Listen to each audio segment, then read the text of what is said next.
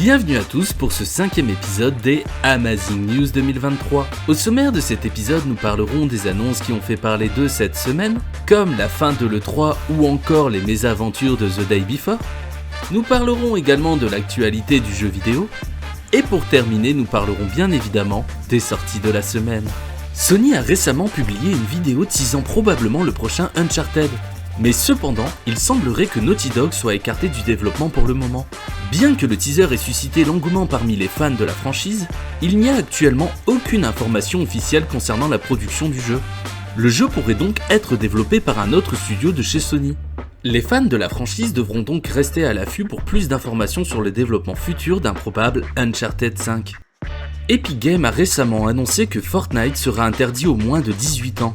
Mais pas d'inquiétude, cela ne concerne que la plateforme iOS. Pour rappel, Epic Games et Apple sont en conflit juridique, ce qui a stoppé la mise à jour du jeu et donc la possibilité de modifier son contenu pour le rendre adéquat aux jeunes joueurs. La décision a donc été irrévocable et restera interdit aux jeunes joueurs le temps que le conflit entre ces deux géants se termine. Pour rappel, l'événement Les Rêves d'aventure de The Kid Laroi est actuellement en cours.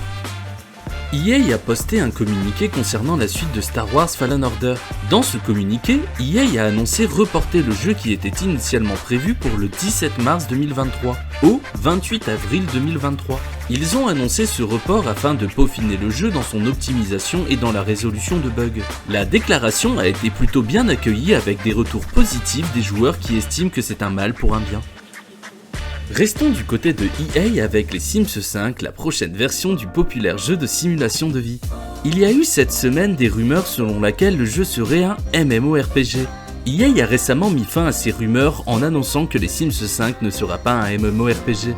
Il y aura bien du multijoueur, mais ça ne sera pas la priorité du jeu. Les fans attendent avec impatience la sortie du jeu qui n'a actuellement communiqué aucune date.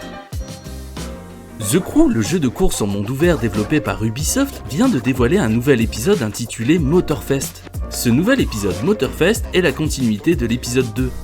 On peut donc en conclure que le prochain opus sera bien The Crew 3.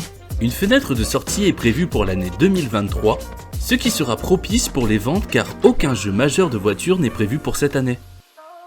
L'E3 est l'un des plus grands salons de jeux vidéo au monde, mais cette année, les 3 plus grands constructeurs ainsi que de nombreux éditeurs ne seront pas présents. Nintendo, PlayStation et Xbox ne participeront peut-être pas à l'E3 2023. Cela suscite donc naturellement l'inquiétude parmi les fans de l'industrie du jeu vidéo, car ces entreprises sont souvent les plus attendues à l'E3 et représentent souvent les plus grandes annonces et démonstrations de jeux. La raison est certainement due au fait que les constructeurs et éditeurs ont de plus en plus développé leurs propres conférences, comme le Nintendo Direct par exemple, qui devrait d'ailleurs prochainement en organiser un, et ne souhaite donc plus vouloir travailler avec des organisateurs d'événements comme l'E3, qui peuvent se retrouver beaucoup trop coûteuses comparées au retour sur l'investissement. Quoi qu'il en soit, l'absence de ces entreprises importantes sera sûrement ressentie à l'E3 2023.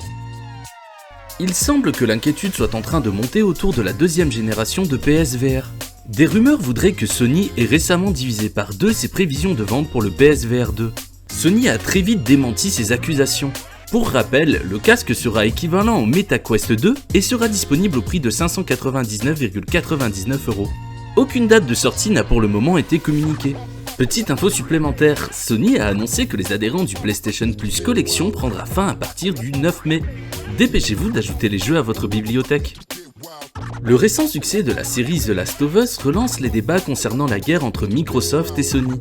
Microsoft contre-attaque donc une nouvelle fois en interpellant la FTC selon laquelle Sony ne serait absolument pas mis de côté concernant leur propriété intellectuelle, voyant les ventes du premier opus à la hausse. Un argument de poids qui pourrait peut-être faire pencher la balance. Pour rappel, The Last of Us Part 1 est disponible sur la PlayStation 4 et 5 et sera disponible sur PC avec un report annoncé ce vendredi au 28 mars.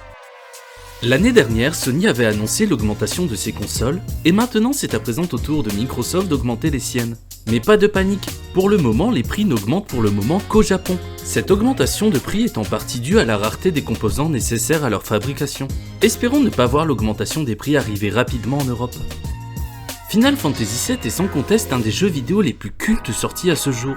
Ce 31 janvier, le jeu a fêté ses 25 ans et a été honoré pour son impact sur l'industrie du jeu vidéo au Japon. Car c'est officiel, désormais au Japon, le 31 janvier sera le jour de Final Fantasy VII.